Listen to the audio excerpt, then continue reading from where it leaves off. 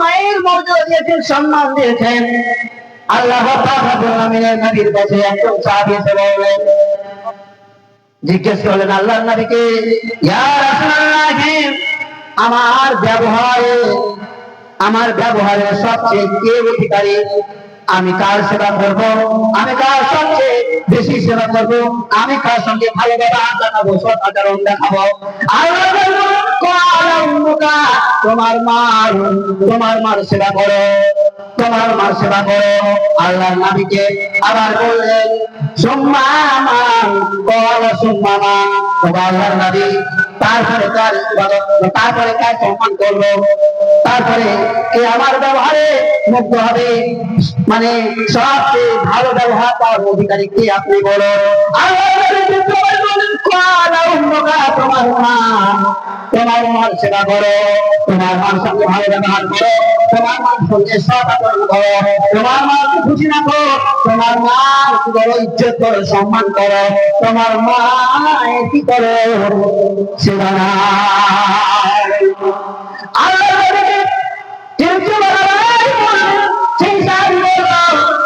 সেই সাহাবী জিজ্ঞেস করলো,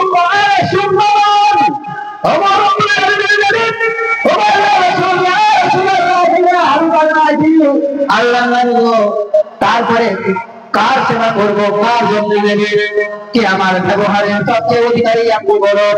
আল্লাহ নবী তৃতীয়বার বললেন, তোমার মা, তোমার মা, তোমার মার যত্ন নাও, তোমার মার সেবা করো, তোমার মার ইজ্জত করো। তারপরে আবার সেই ব্যক্তি আল্লাহর নবীকে জিজ্ঞেস করলেন, ক্বালা সুম্মা মান, ও আল্লাহর নবী, তারপরে কারা, তারপরে কার মানে সম্মান করবো, কার ইজ্জত করবো, কি আমার ব্যবহারে মানে বেশি হকদারি, হক রাখে? আল্লাহর নবী বললেন, আল্লাহর নবী চতুর্থবারের পর বললেন, 4 নম্বরে বললেন যে তোমার পিতা। চতুর্থবারের পর বললেন যে তোমার পিতা, তোমার পিতার সেবা করো, তোমার পিতার সম্মান করো, তোমার পিতার মর্যাদা করো, তোমার পিতাকে ভালোবাসো। এই পৃথিবীতে মায়ের মর্যাদা, মায়ের সম্মান পিতার চেয়ে 3 গুণ বেশি আল্লাহ দিয়েছেন, 3 গুণ বেশি, 3 গুণ। মানে প্রথম পুরস্কার, দ্বিতীয় পুরস্কার, তৃতীয় পুরস্কার মা পেল। প্রথম পুরস্কার মা পেল, দ্বিতীয় পুরস্কার মা পেল, তৃতীয় পুরস্কার মা পেল, আর সান্ত্বনা পুরস্কার আমার আপনার পিতা পেল। সুবহানাল্লাহ, সান্ত্বনা পুরস্কার পাওয়া হলো। কারণ এই যে মা কত কষ্ট করেছে, সন্তানকে ধারণ করেছিল, গর্ভে ধারণ করেছিল, গর্ভে ধারণ করার কারণে কত কষ্ট বেদনা সহ্য করেছিল, বহন করেছিল 10 মাস 10 দিন। তারপরে পৃথিবীতে মা যখন বাচ্চাকে প্রসব করলো, বাচ্চা যখন জন্মগ্রহণ করলো, 2 বছর ধরে দুধ পান করানো। মায়ের আমরা দুধ পান করেছি, মা কত কষ্ট সহ্য করেছে, প্রসব করেছি, ডান দিকে পেশাব করে দিয়েছি, ডান দিক ভিজে দিয়েছে, পেশাবের কারণে পায়খানা করে দিয়েছি। মা কি করলো, ডান দিক থেকে বাম দিকে আমাকে আপনাকে ছড়িয়ে দিল, ছড়িয়ে দেওয়ার পরে বাম দিকে পেশাব করে দিলাম, ডান দিকে ভিজে গেল, বাম দিকে ভিজে গেল, পেশাব পায়খানার কারণে। এখন কোথায় ঘুমাবো, সন্তান কোথায় ঘুমাবে?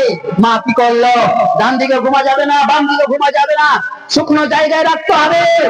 আপনাকে আমাকে ভিজে মানে পেশাবের উপরে, পায়খানার উপর রাখিনি, ভিজে জায়গাতে রাখিনি, শুকনো জায়গায় রাখবে, জায়গা খুঁজে পাচ্ছে না, কোথায় রাখতে হবে? মা কাকে বলে?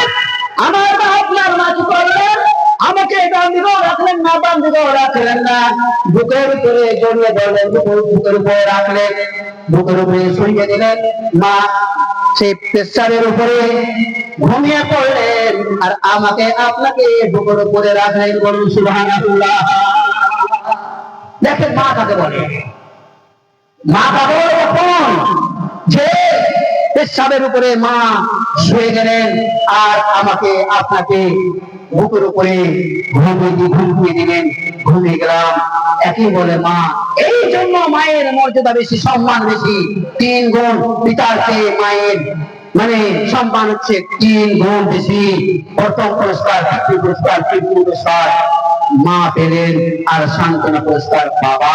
কেন?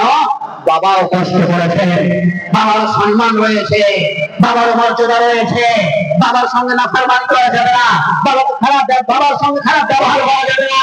বাবা আমাকে আপনাকে তিলে তিলে রক্ত মাংস মানে রক্তকে ধান করে, বাবার ধান পায়ে ফেলে পরিশ্রম করে, সারাদিন খেতে পরিশ্রম করে আমরা আপনাকে অন্য জায়গায় অন্য দেয় খাবার দেই, পরিশ্রম করে। এই পরিশ্রম করার কারণে পিতার সম্মান হচ্ছে 4 নম্বরে, পিতার সম্মান 4 নম্বরে। আল্লাহ নবী বললেন বাবার সম্মান হচ্ছে 4 নম্বরে, মর্যাদা হচ্ছে 4 নম্বরে, মায়ের পরে মায়ের 3 গুণ, পিতার হচ্ছে 1 গুণ। ইসলাম ধর্মের আমরা মায়ের সঙ্গে ভালো ব্যবহার করবো, সৎ আচরণ করবো, মায়ের সঙ্গে আমরা হুসনে সুলুক করবো, ইহসান করবো, পিতাকে ভালোবাসবো, পিতার সঙ্গে সৎ আচরণ করবো, পিতাকে খুশি রাখবো। যদি আমরা পিতাকে খুশি রাখি, মহান স্রষ্টা খুশি থাকবেন। যদি মা পিতাকে মানে অসন্তুষ্ট রাখি, আল্লাহ পাক অসন্তুষ্ট হবেন। অতএব পিতাকে সন্তুষ্ট রাখবো, আর পিতা মাতা উভয়কে যদি আমরা সন্তুষ্ট রাখি, মহান স্রষ্টা সন্তুষ্ট থাকবেন, মহান স্রষ্টা খুশি থাকবেন। আর পিতা মাতা উভয়কে যদি আমরা অসন্তুষ্ট রাখি, মহান স্রষ্টা কিন্তু অসন্তুষ্ট থাকবেন, খুশি থাকবেন না। ইসলাম ধর্মের আমার আমরা পিতা মাতার অবাধ্য করবো না, অসৎ আচরণ করবো না, পিতা মাতার সঙ্গে ভালো ব্যবহার করবো, সৎ আচরণ করবো। আল্লাহ পাক রব্বুল আলামিন যেন আমাদেরকে পিতা মাতার সাথে সৎ আচরণ করার জন্য তৌফিক দেন, বলুন আমিন, আল্লাহুম্মা আমিন। আল্লাহ পাক রব্বুল আলামিন যেন আমাদেরকে আমল করার তৌফিক দেন, আমিন, আল্লাহুম্মা আমিন। আসসালামু আলাইকুম ওয়া রাহমাতুল্লাহি ওয়া বারাকাতুহু।